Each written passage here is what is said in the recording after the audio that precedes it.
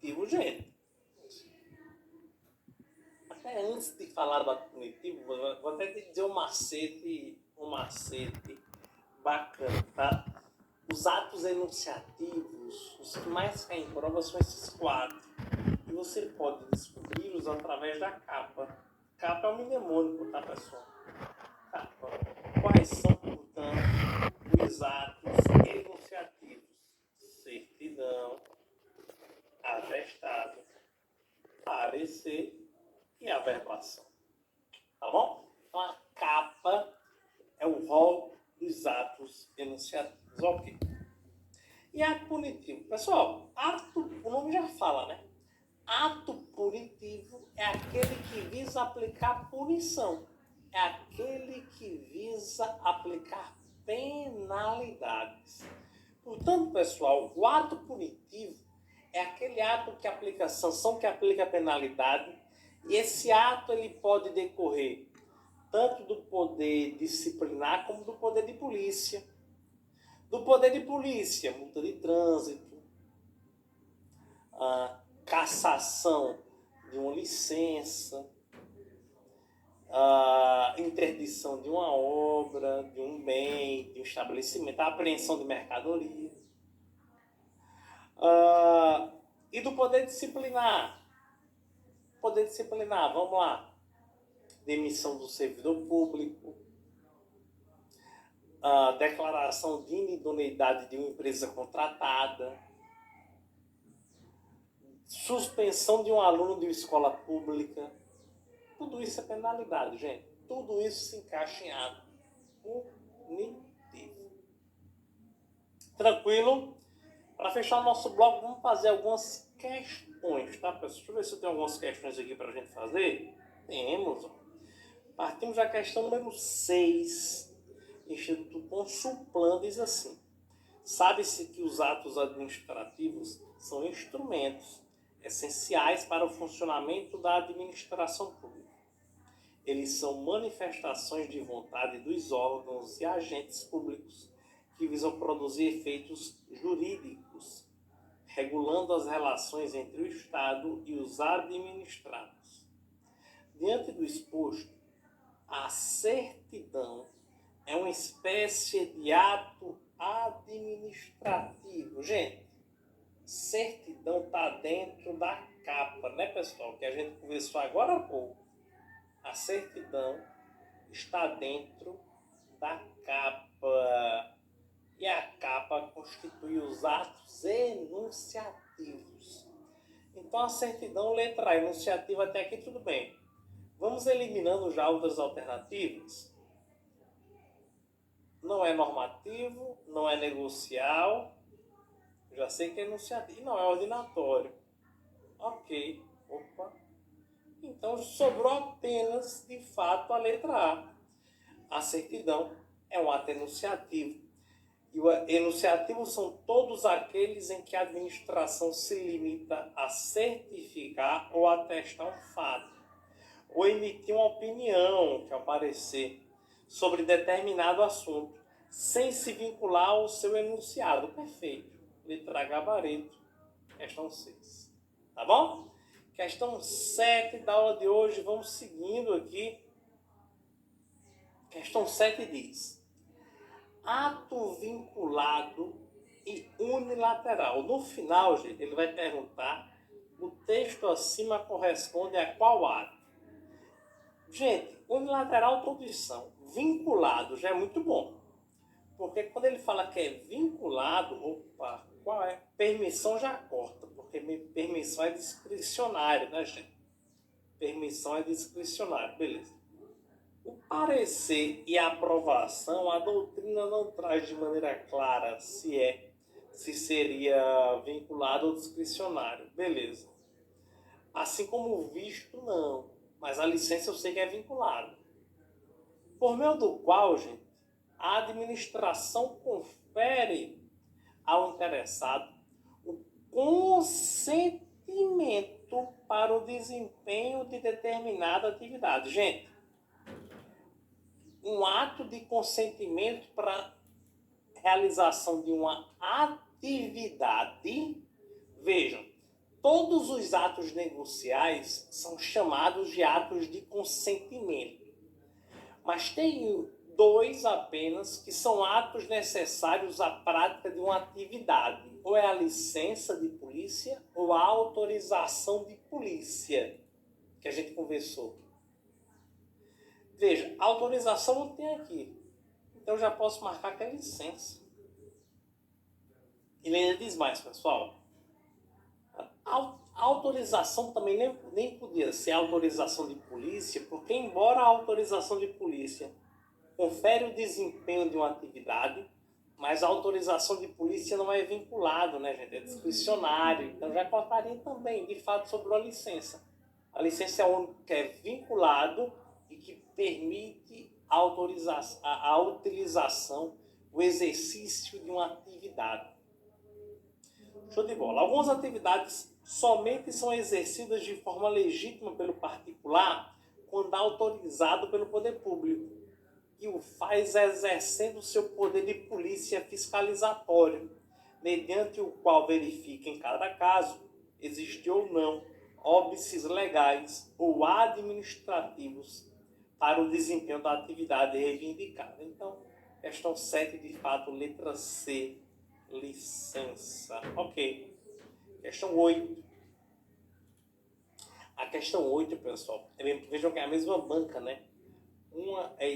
Mas são concursos diferentes, mas é a mesma banca. IDECAM 2024.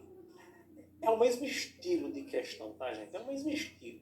A questão 7, ela traz características da licença, e a questão 8 traz características de um ato que a gente vai ver. Ato administrativo discricionário e precário. Opa, discricionário já ajuda, né?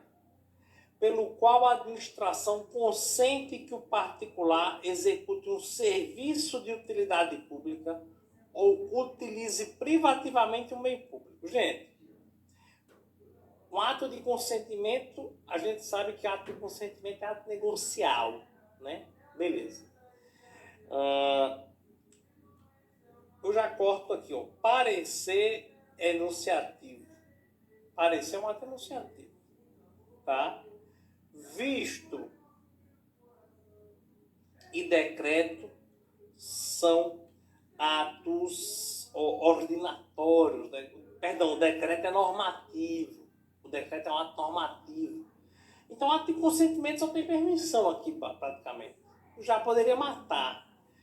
Discricionário, permissão é discricionária, né, pessoal? E ele vai dizer aqui, pessoal, além de ser discricionária, que já dá uma dica da permissão, e de ser de consentimento, que já dá uma dica que é permissão, ele diz, ó, é um ato em que o particular executa um serviço ou utiliza privativamente um bem.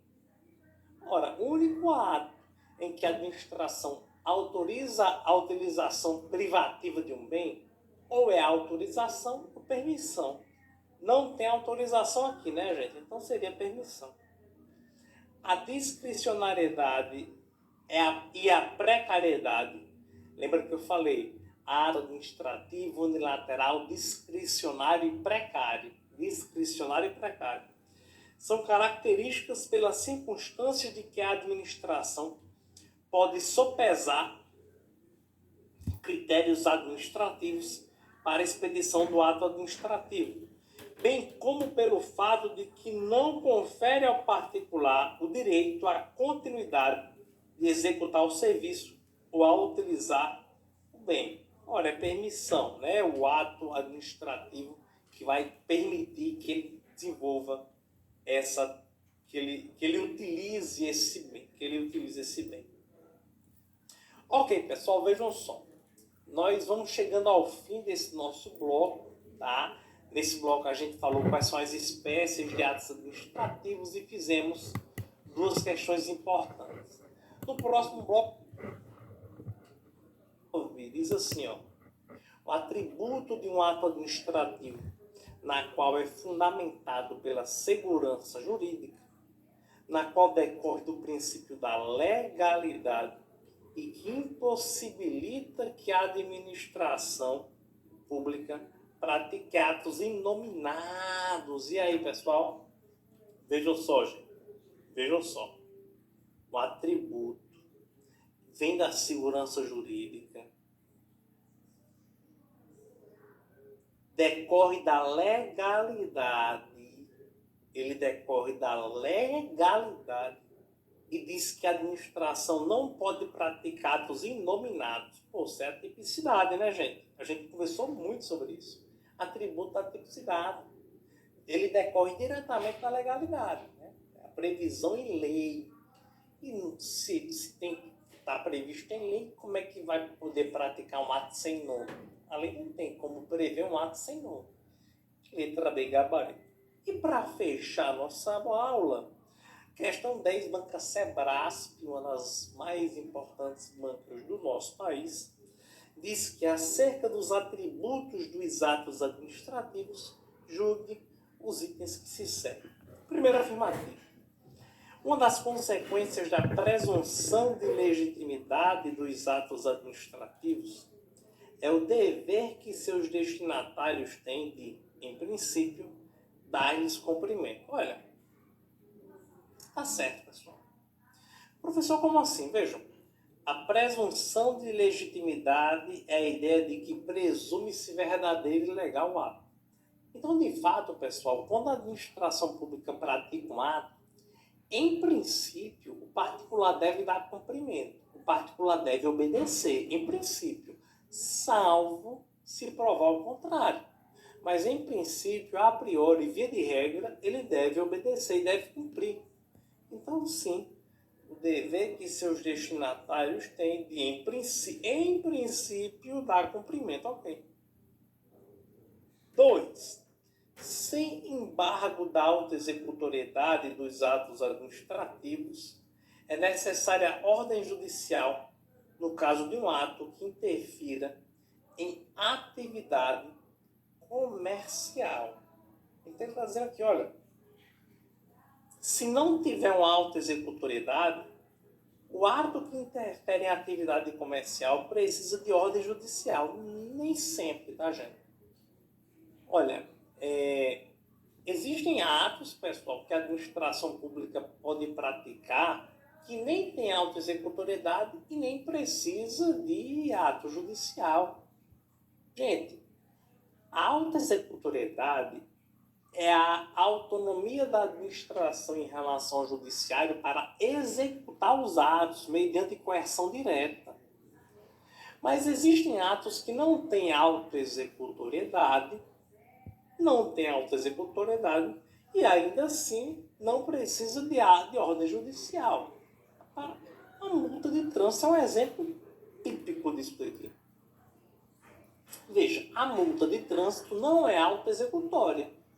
Mas para a administração expedir uma multa, ela precisa entrar com ação? Não. Ela precisa de autorização do Poder Judiciário? Não precisa. Não precisa. Ela não precisa de autorização do Poder Judiciário. Ela não pode executar a multa, aí não. Mas para aplicar a multa, para notificar, show de bola, ela pode. Ela pode. Nomeação do servidor, precisa de autorização do judiciário para nomear um servidor? Não. Então, essa afirmativa 2, pessoal, está errada, porque diz assim, se quiser praticar um ato em atividade comercial, tem que ter autoexecutoriedade ou tem que ter autorização judicial. Não. Existem atos que não são autoexecutórios e mesmo assim eu não preciso do Poder Judiciário. Inclusive, falando especificamente de atividade comercial, a jurisprudência do Supremo Tribunal Federal, pessoal, ela tem um posicionamento, ele entende que o município ele tem competência para estabelecer, por exemplo, o horário de funcionamento do comércio local. Então, se o seu município quiser estabelecer que o comércio vai funcionar de 8 às 15 horas, vai funcionar desse horário, porque quem determina é o município. Precisa de autorização judicial? Precisa não. Isso é autoexecutoriedade? Não, isso é interatividade. O município determina, impõe e não precisa que ninguém concorde. Mas isso não é autoexecutoriedade. O município não está chegando e obrigando o teu município a fechar, teu estabelecimento comercial a fechar lá de maneira direta, coercitiva. Nem está interditando o estabelecimento. Não é isso. Ele está impondo. A autoexecutoriedade pode ser necessária depois, se houver descumprimento. Mas nesse primeiro momento ele está impondo. Tá bom? Beleza? Afirmativa 3. Devido à proteção constitucional dos direitos individuais, a administração pública não pode praticar atos dos quais surja obrigação para um particular, sem a concordância deste. Não, gente, pelo amor de Deus. A gente viu que o ato administrativo pode ser imperativo, gerar uma obrigação para o particular sem necessidade de concordância. Então pode praticar sim, está errado. E aí, afirmativa 4. O direito não admite que a administração use a força para impor o cumprimento de um ato administrativo. Está errado, né, gente? Admite sim. Admite que usa a força com certeza. Na autoexecutoriedade, por exemplo, a administração determina a interdição de um estabelecimento. Se o dono não quiser fechar, pode solicitar a força policial e a força fechar o estabelecimento. Então admite sim, por esse motivo letra A, né, gente? Olha só, somente a afirmativa 1 está verdadeira. Gabarito, letra A. Tranquilo, gente, beleza? Meu amigo, minha amiga, vamos encerrando a nossa aula. Olá, você, meu amigo, minha amiga aqui do Serviço Social para Concursos. Como é que tá? Tudo bem? Professor Bruno Lira aqui para a gente iniciar mais uma aula do nosso curso de Direito Administrativo. Gente, na aula de hoje vamos dar continuidade ao tema de atos administrativos. Vamos trabalhar sobre temas importantíssimos aqui e você vai analisar comigo agora. Vem aqui, pessoal, olha só. Gente, nós temos aqui, ainda sobre a nossa aula de atos administrativos, aqui eu sempre deixo à sua disposição as minhas redes sociais, Instagram e o YouTube, beleza? Então vai lá, me segue para acompanhar outras dicas também. Pessoal, é o seguinte, vamos tratar agora sobre os requisitos do ato administrativo. Vamos conversar sobre requisitos do ato administrativo. O que são requisitos do ato administrativo? Você pode encontrar na sua prova como requisitos ou como elementos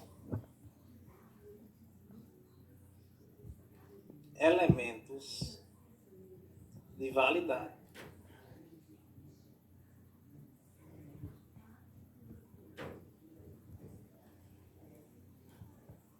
Requisitos ou elementos de validade. Isso significa o que exatamente? Significa, pessoal, que para que um ato administrativo exista, ele tem que cumprir os requisitos.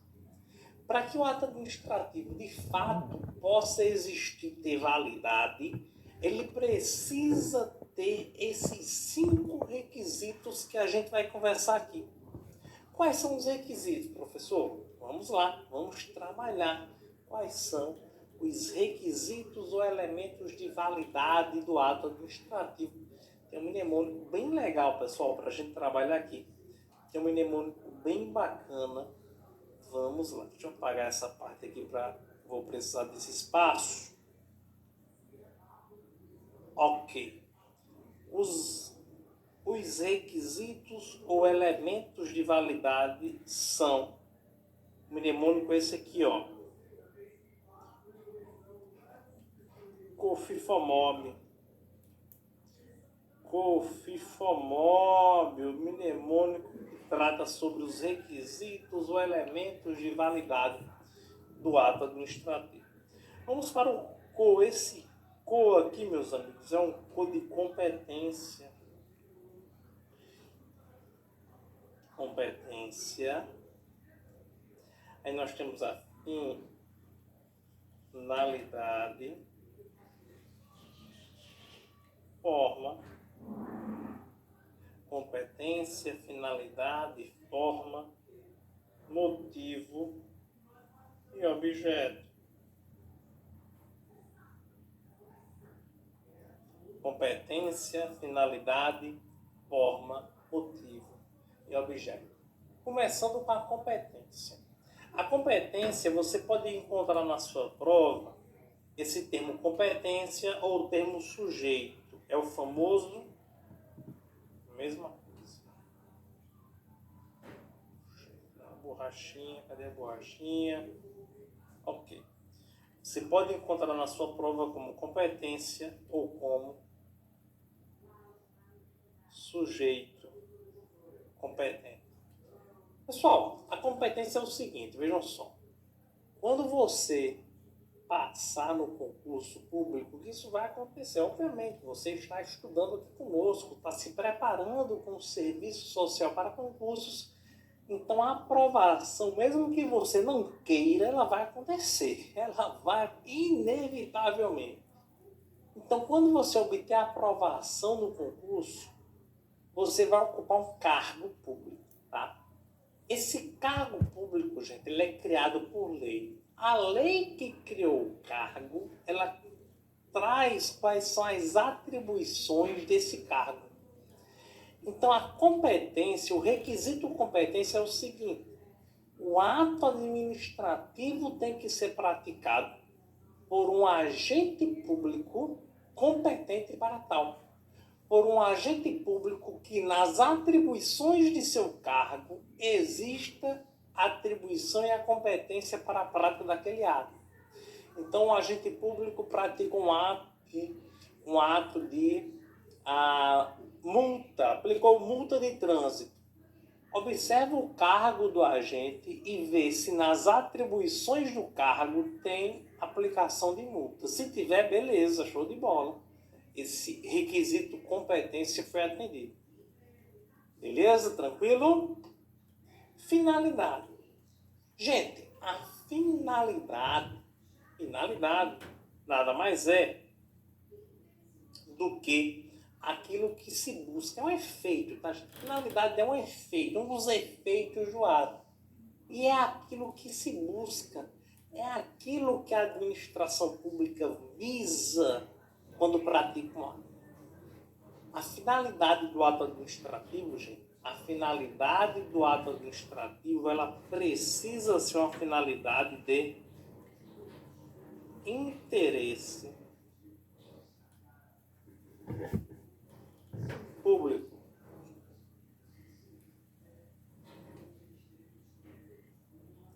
A finalidade do ato administrativo precisa ser uma finalidade de interesse público. Tudo bem? Beleza? Então, se ele pratica um ato visando uma finalidade diferente, esse ato, a gente pode considerar que esse ato é um ato ilegal. É um ato praticado com desvio de finalidade. Ok, pessoal. Vejam só. A doutrina, ela diz que a finalidade, ela é um efeito jurídico mediato do ato administrativo. Repito para você. Finalidade é um efeito jurídico mediato do ato administrativo. Professor, por que efeito jurídico mediato? O que é um efeito mediato? Efeito mediato é diferente de imediato. Imediato, gente, seria um efeito que acontece naquele momento. Efeito imediato é aquele efeito que acontece naquele exato momento. Efeito mediato, não. Efeito mediato é aquele efeito que não acontece imediatamente. Ele vem acontecer depois. Ele vem acontecer depois. Esse seria o efeito mediato. Essa é a finalidade. Essa é a finalidade do ato administrativo. Efeito jurídico mediato. Mediato, tá? Ok. E a forma, hein? A forma seria o quê? Antes de explicar a forma, deixa eu só dar um exemplo dessa questão do efeito imediato, pessoal. Por exemplo, quando a administração pública pratica um ato de nomeação, qual é a finalidade da nomeação? Melhorar o serviço público. Quando a nomeação é publicada no Diário Oficial, o serviço público melhora de maneira instantânea? Não. Melhora depois. Isso que é imediato, é aquele que se diz, ele vai melhorar, mas a gente busca a melhora. Mas não quer dizer que já melhora instantaneamente. Nomeou, automaticamente melhorou, não. Ok, agora sim falaremos da forma.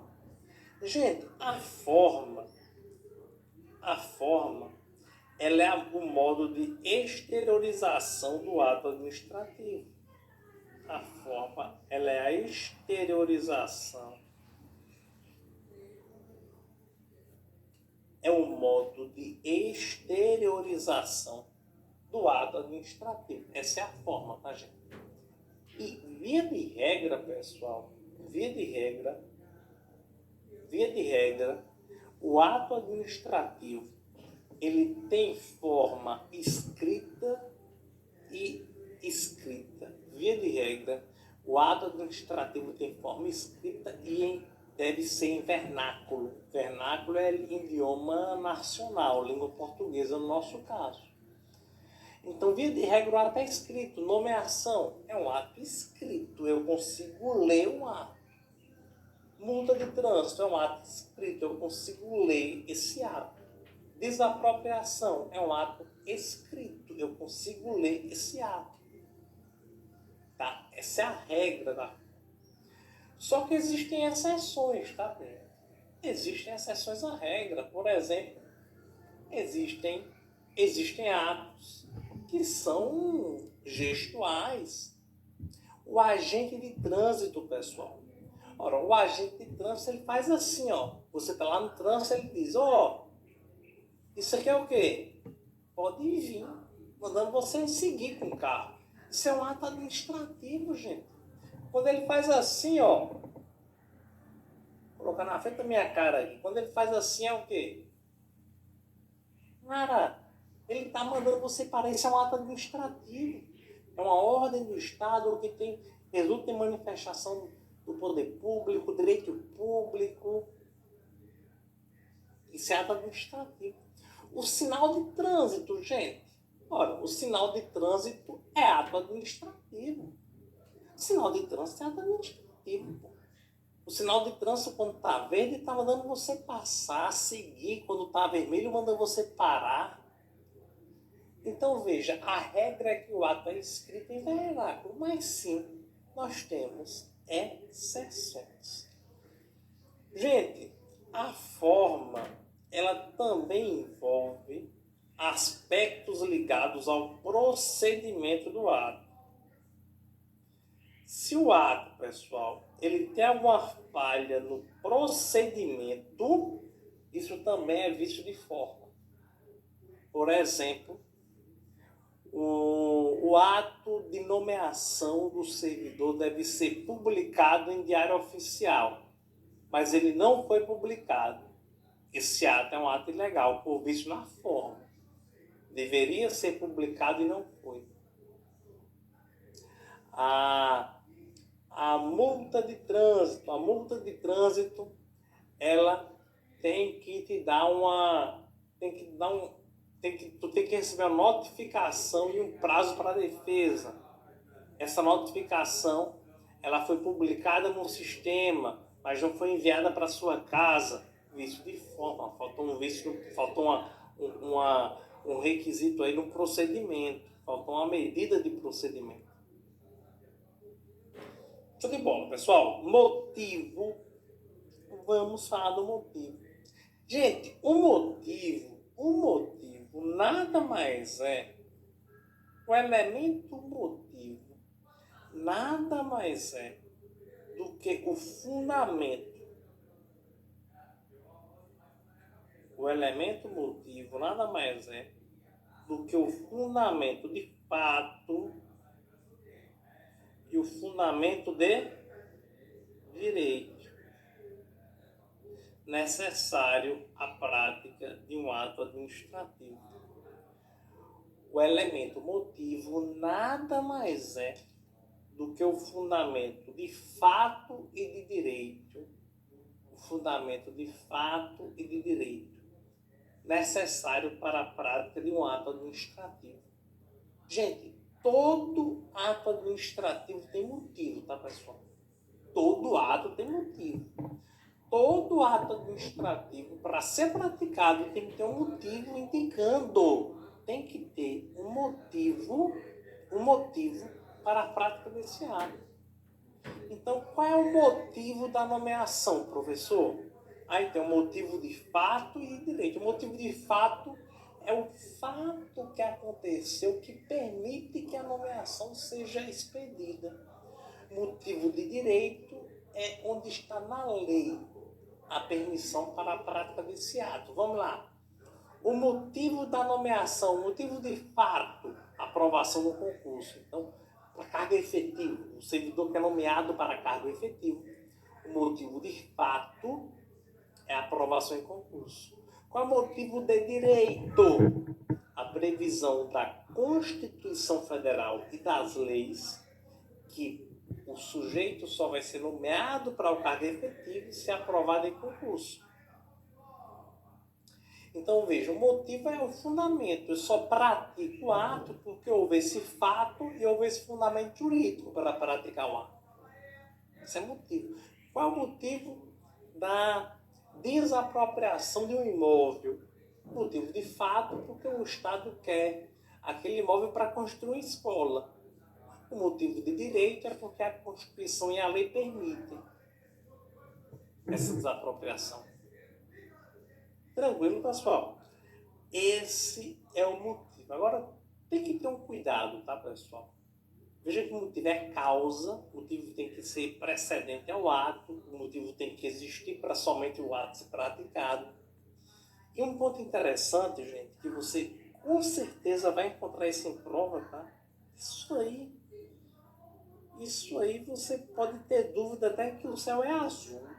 Mas que isso aqui cai em prova, você não pode ter essa dúvida de jeito nenhum. Gente, é o seguinte. Motivo é diferente de motivação, tá? Motivo é diferente de motivação. Motivação a gente viu até na primeira aula de princípios da administração pública. O que seria motivação? A motivação, gente, é a exposição do motivo. Ou seja, a motivação ocorre quando a administração pública pega o motivo e apresenta para o destinatário. Ela está dizendo para a pessoa qual é o motivo do ato. Então, não é a mesma coisa. Motivo, ele está guardadinho. Motivo é fundamento de fato e de direito, mas está guardadinho. Motivação é eu pegar esse motivo que está guardado e mostrar para o destinatário. O motivo é esse. Isso é motivar. Estou motivando, dizendo o motivo a ele. Tranquilo? Então, por exemplo, na multa de trânsito, na notificação que eu recebo, lá na multa eu tenho motivação, porque a administração pública ela manda uma notificação para minha casa dizendo por que aplicou a multa. Aí tem motivação de fato. Vou supomos, um veículo de placa tal transitou na avenida tal, no dia tal, na hora tal, transitou a 90 quilômetros por hora, quando na verdade o permitido era apenas até 70. Lá embaixo, no fundamento de direito, ela coloca lá: o Código de Trânsito Brasileiro prevê que ultrapassar a velocidade superior à permitida é infração de trânsito, punível com tantos pontos na carteira e multa no valor de tantos reais. Então veja, se não fosse o fato, se eu de fato não tivesse ultrapassado a velocidade, eu não tinha multa. E se mesmo eu tivesse ultrapassado a velocidade, se não tivesse na lei a previsão, eu não tinha tomado a multa. Então ela está me dizendo o fato que autorizou a prática do ato e o direito que autorizou a prática do ato. Então o motivo é isso, ela chegar para você e dizer o motivo.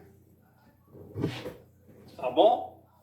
Tem algumas coisas para a gente conversar sobre o motivo ainda, que antes do objeto eu preciso falar com você, tá? Seguinte, pessoal. Primeiro, vamos lá.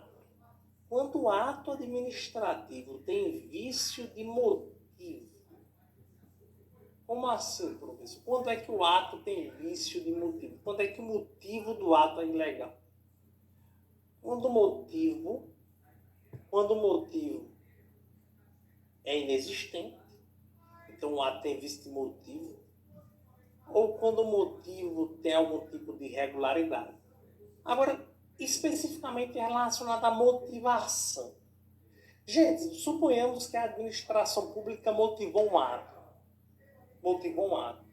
Mas essa motivação é falsa ou ilegal.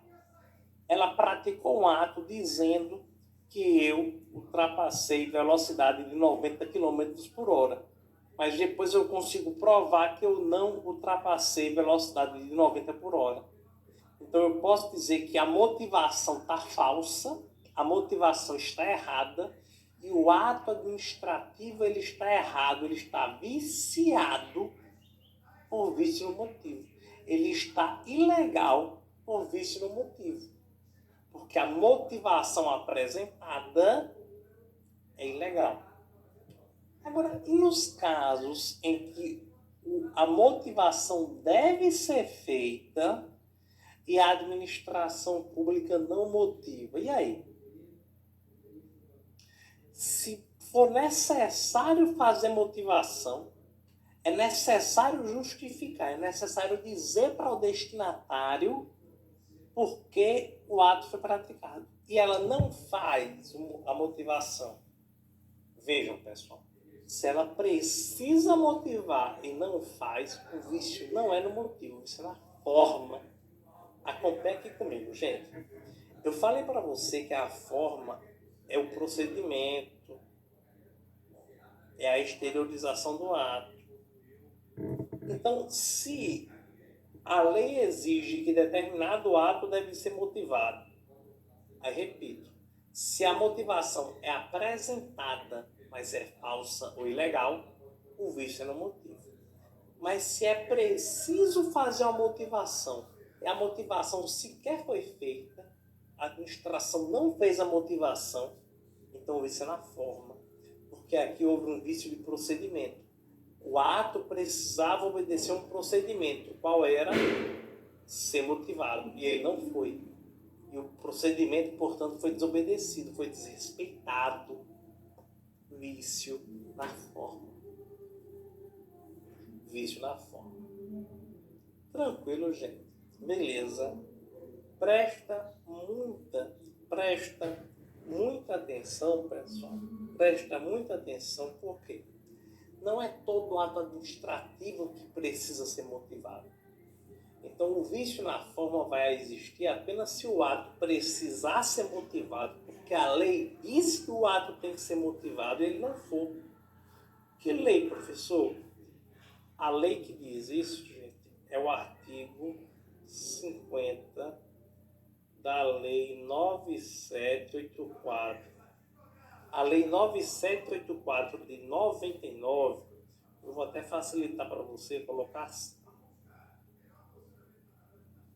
para não sobrepor aqui, eu vou colocar assim. Ó, Lei 9784 de 99. Essa lei, gente, é a Lei do Processo Administrativo Federal, tá? E essa lei, ela determina, ela determina que alguns atos, lá no artigo 50, alguns atos são obrigados, eles precisam ser motivados. Se a lei diz que precisa ser motivado e não é, vício na forma. Se é motivado, mas a motivação é falsa ou ilegal, vício no motivo. Gente, seguinte.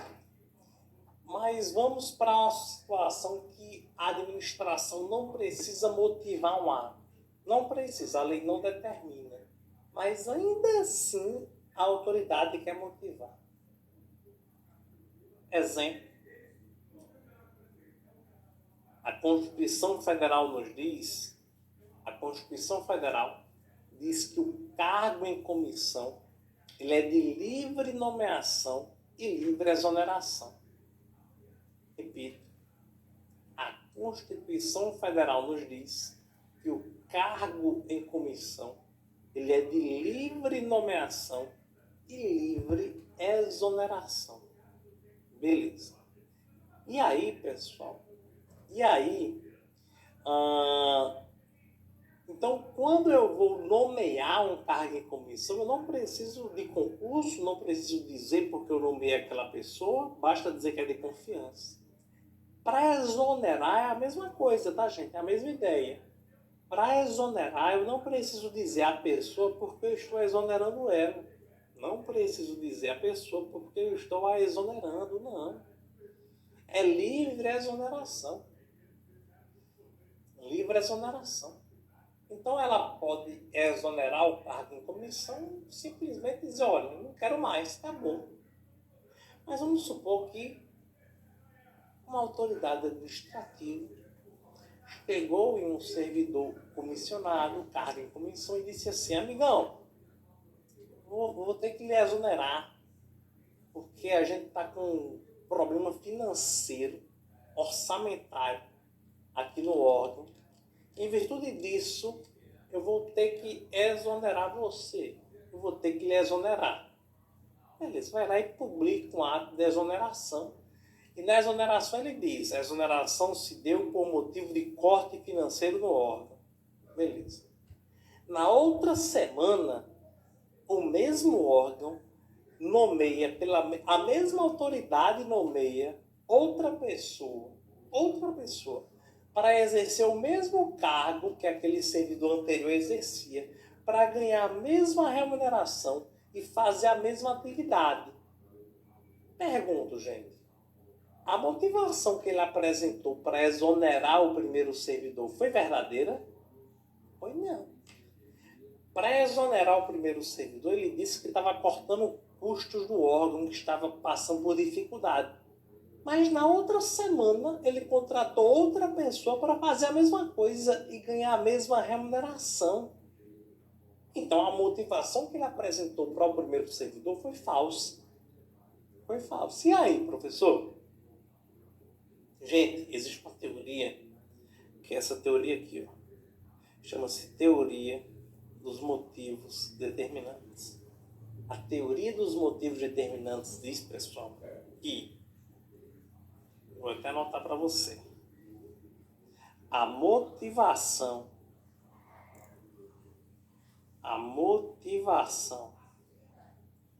do ato administrativo vincula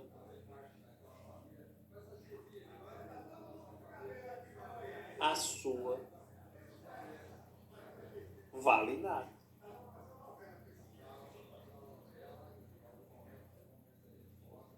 Repito, a motivação do ato administrativo vincula a sua validade.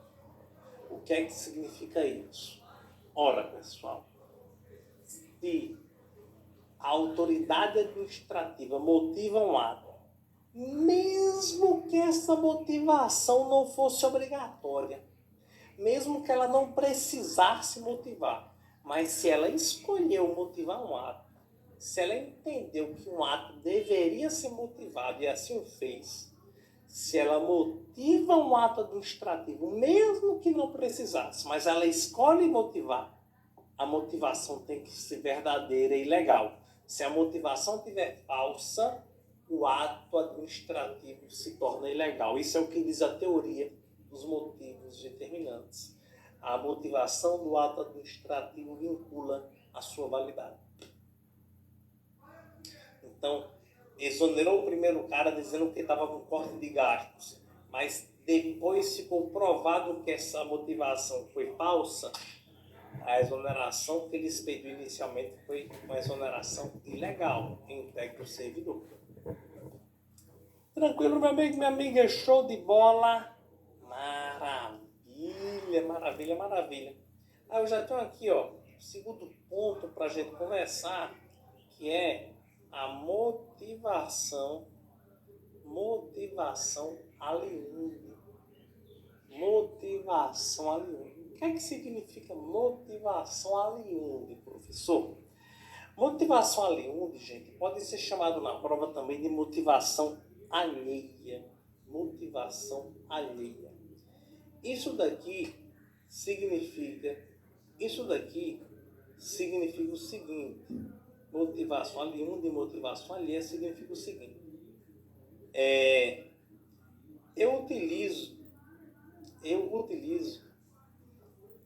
Eu utilizo, pessoal, uma motivação que foi expedida em outro ato administrativo. Isso eu não entendi. Vamos lá. Vamos embora. Deixa eu te explicar isso. Suponhamos que uma autoridade administrativa quer tomar uma decisão. Você quer uma decisão a respeito de um processo. Decisão. Ok. E aí, ela pede um parecer a outra autoridade.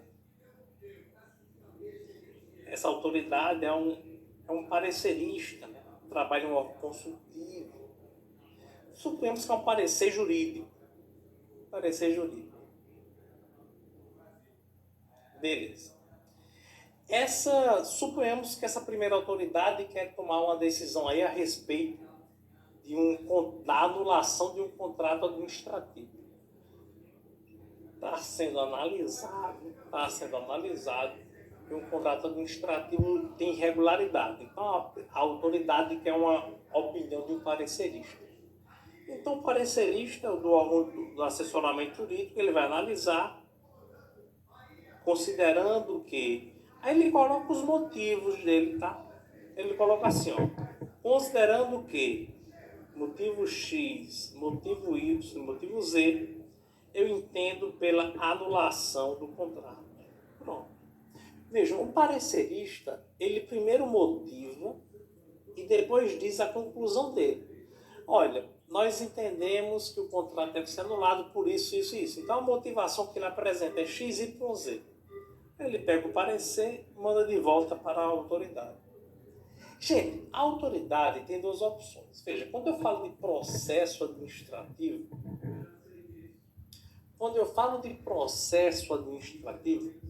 o que é que eu tenho que entender o que é um processo administrativo? O processo, gente, entende como se fosse um processo físico. Pega um livro desse aí para mim, qualquer um livro. Pronto, pode ser. Gente, entendam que isso aqui é um processo administrativo. Tá? Entenda que isso aqui é um processo administrativo. Hoje em dia os processos são eletrônicos, mas a legislação é a mesma que o processo físico, praticamente, e a lógica é a mesma. Mas eu quero te explicar como se fosse um processo físico, que é mais fácil de você visualizar. Tá? Então, imagina um processo físico. Quando você dá entrada em um processo, você faz a capa do processo. Então, a capa do processo, com o número do processo, interessados. E aí, eu vou colocando os documentos dentro do processo. Então, por exemplo, aqui vai ter o ofício solicitando a abertura do processo. Aqui tem uma portaria. Aqui tem um parecer. Aqui vai ter um relatório. Eu vou colocando tudo dentro do processo. Tudo dentro do processo. Tá? Beleza. E aí, gente, o que é que vai acontecer?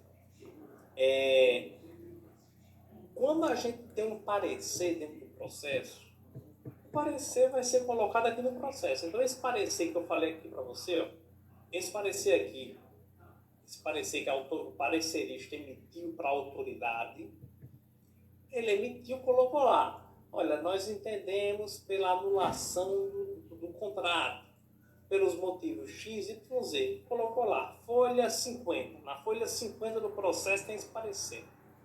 Então, na folha seguinte, vem a decisão da autoridade.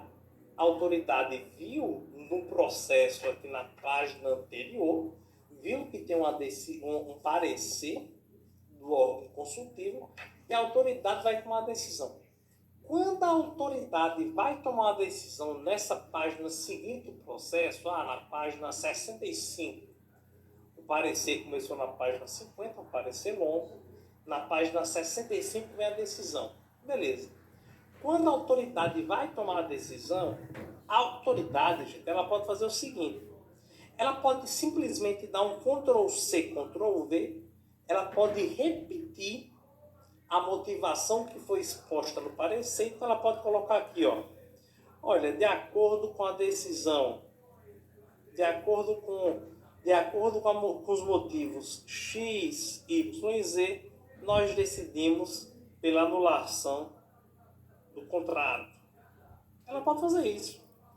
Então, se o parecer teve 15 páginas, a decisão vai ter 15 páginas. Por quê? Porque a autoridade simplesmente deu um Ctrl+C do parecer e deu um Ctrl+V. Show de bola. Então vai ter lá, ó, 15 páginas de decisão. Show de bola. Porém, pessoal, o que a autoridade pode fazer, e aqui é onde entra a motivação aliunda, o que a autoridade pode fazer é o seguinte: o parecer não está dentro do processo? Tem lá as 15 páginas do parecer, não estão dentro.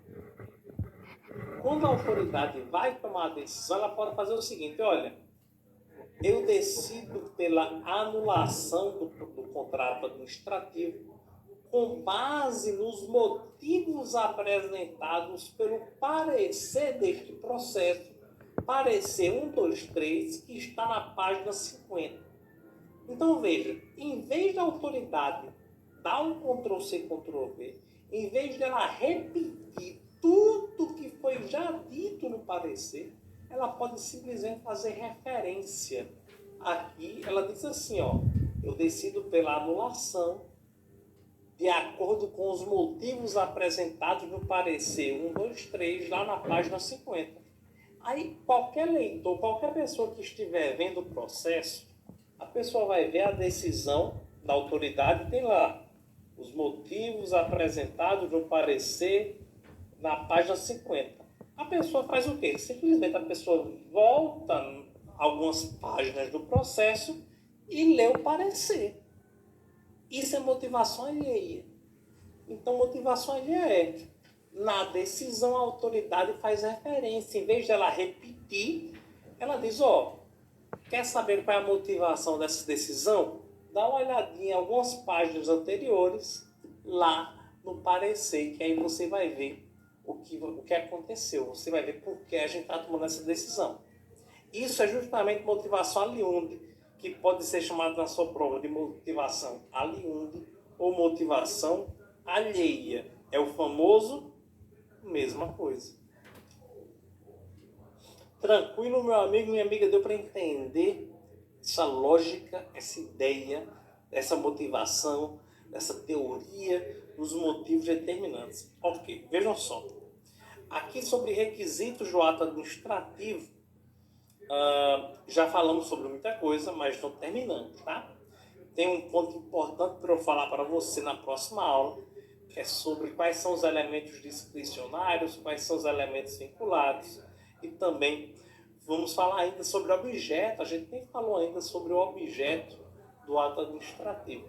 Finalizamos o motivo e no próximo bloco a gente fala sobre objeto e demais pontos. Algumas questões, tá, desse conteúdo, tá?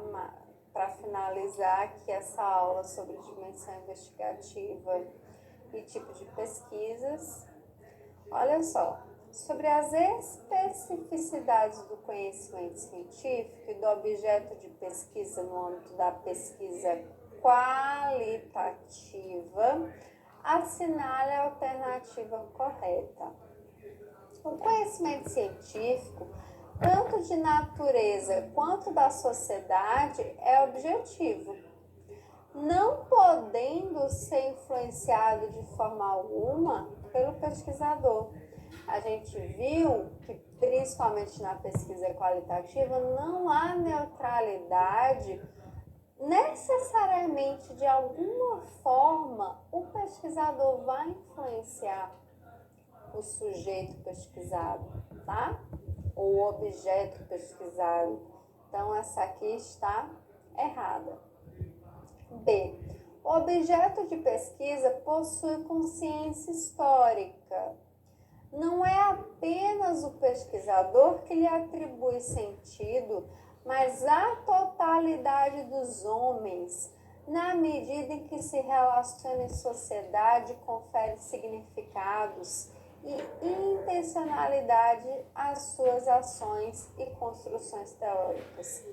Gente, essa está correta, porque lembrem-se, o pesquisador apenas vai reproduzir no plano ideal aquilo que é concreto, aquilo que é real, o movimento da realidade. Então, o objeto de pesquisa, ele possui consciência histórica, ele possui necessariamente consciência histórica, independente do pesquisador saber ou não, ou daquele próprio sujeito pesquisado saber ou não.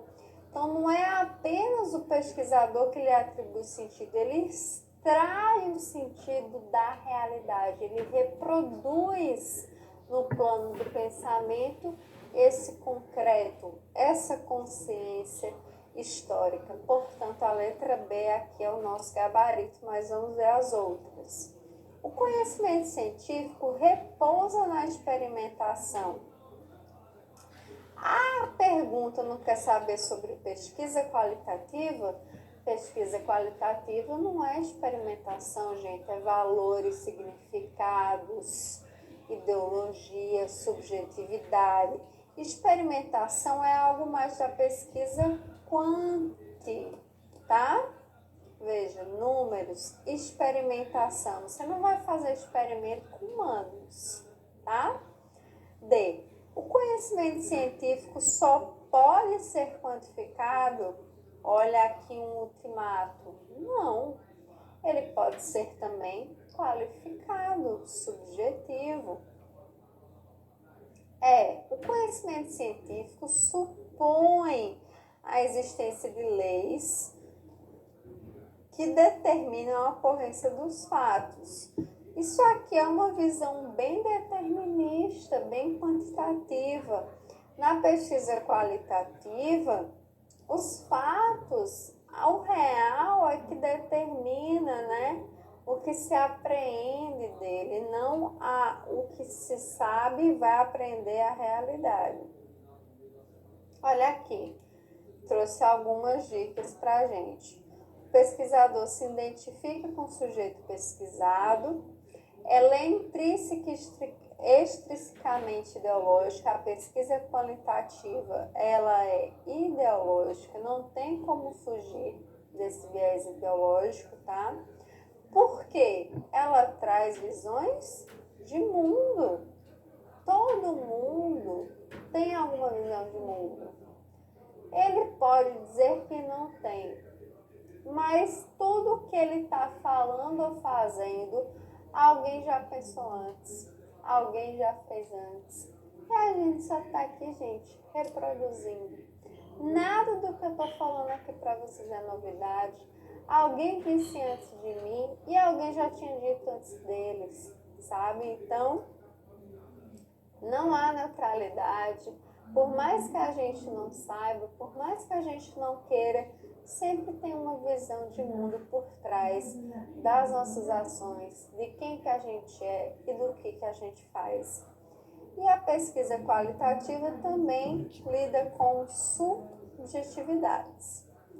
Tem um caráter histórico, está localizado temporalmente, podendo ser transformado, portanto, as leis não aplicam como as leis da física, tá?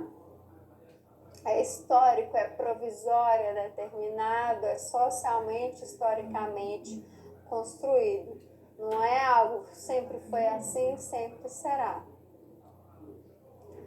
Questão de número 2. Nas pesquisas sociais, pode ser utilizado qual procedimento sistemático que descreve a complexidade de determinado problema, analisa a interação de variáveis, compreende e classifica processos dinâmicos vividos por grupos sociais, contribui no processo de mudança de determinado grupo e possibilita em maior nível de profundidade o entendimento das particularidades do comportamento dos indivíduos. Qual seria a pesquisa tão completa, gente, como essa? Olha, que é sistemática, tem variáveis, descreve complexidade, compreende e classifica processos dinâmicos, contribui para a transformação, entende particularidades de indivíduos e grupos, ela vai na profundidade, vai buscar a essência. Qual seria a pesquisa? De olho fechado é o método qualitativo, letra E. Olha, a pesquisa qualitativa responde a questões muito particulares. Ela se preocupa nas ciências sociais com nível de realidade. Lembra-se que não pode ser quantificado. Ou seja, ela trabalha com o universo dos significados, dos motivos, aspirações, crenças, valores, atitudes, que corresponde a um espaço mais profundo das relações, dos processos e dos fenômenos, que não podem ser reduzidos às variáveis, porque tem particularidades. São relações humanas repletas de simbologia, significado, crença, valor, subjetividade, consciência. Aqui uma questão da EBSER. Preencha as lacunas e assinale a alternativa correta. Percebe-se no serviço social, nos últimos anos, uma valorização de pesquisas. Primeira lacuna. Dos estudos de caso, dos instrumentos e técnicas de entrevista, principalmente entrevistas semi-estruturadas, da tracinho do discurso. Olha só, vamos ver aqui a assertiva. Pesquisa online? Não, né, gente? Telefone? Vai ligar, fazer uma pesquisa por telefone? Complicado, né? Aí nós temos quantitativas. Seria uma valorização de pesquisas quantitativas no serviço social? Não. Lembra que eu até falei isso? Nós temos uma valorização de pesquisas exploratórias. Ultimamente nós temos valorizado muito pesquisas exploratórias. Estudos de caso, instrumentos, técnicas de entrevista, principalmente entrevistas semi-estruturadas. Ok. Dá tracinho, discurso. Gente, da participação popular do discurso? Não. Tipo de pesquisa é a análise de conteúdo. Eu até falei sobre isso, olha, Bardan, que a gente geralmente fala estado da arte. Que é assim, é você estudar aquilo que é dito, aquilo que é escrito, aquilo que é mencionado. Por exemplo, no meu TCC, no meu trabalho de conclusão de curso, eu fiz uma análise das dissertações de mestrado do programa de pós-graduação de serviço social da Universidade Federal da Paraíba. Eu analisei o que essas pessoas diziam sobre um determinado tema. Nesse caso, eu analisei sobre política de saúde. É uma análise de conteúdo, aqui especificamente. O de discurso é o que se dizem. A gente poderia, por exemplo, fazer uma análise do discurso de Bolsonaro, para quem viu a entrevista aí no Roda Viva. 3. A pesquisa exploratória.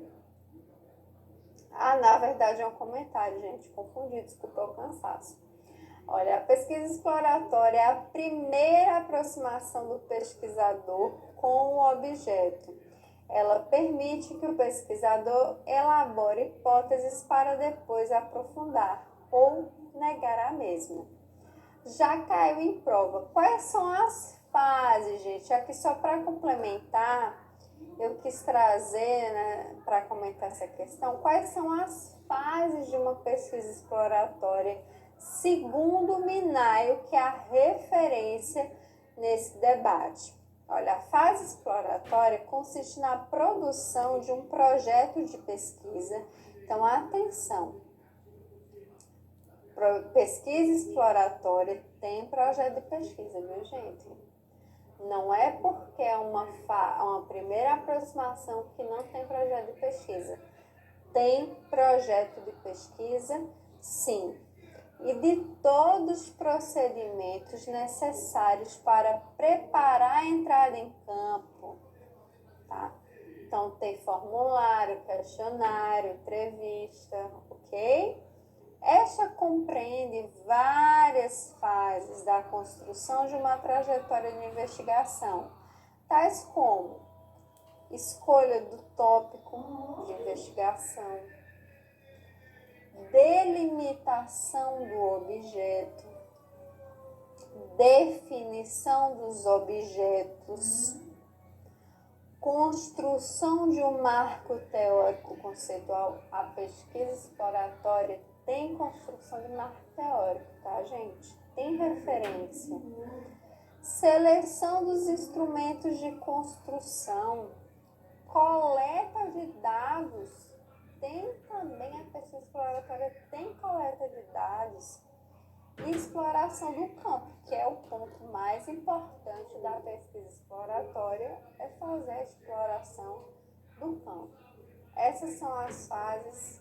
Dá aí um print na tela e memoriza isso, tá? Questão 4, 2017 da AOCP. Ocupa-se nas ciências sociais com o nível da realidade que não pode ou não deveria ser quantificado, ou seja, trabalha com o universo dos significados, dos motivos, das aspirações, das crenças, dos valores e atitudes. Meu Deus, já não aguento mais, né, gente? Só pode ser a qualitativa. Olha, valores, motivos, significados, crenças, aspirações. É sempre pesquisa qualitativa. Isso aí a gente não erra nunca mais Amém.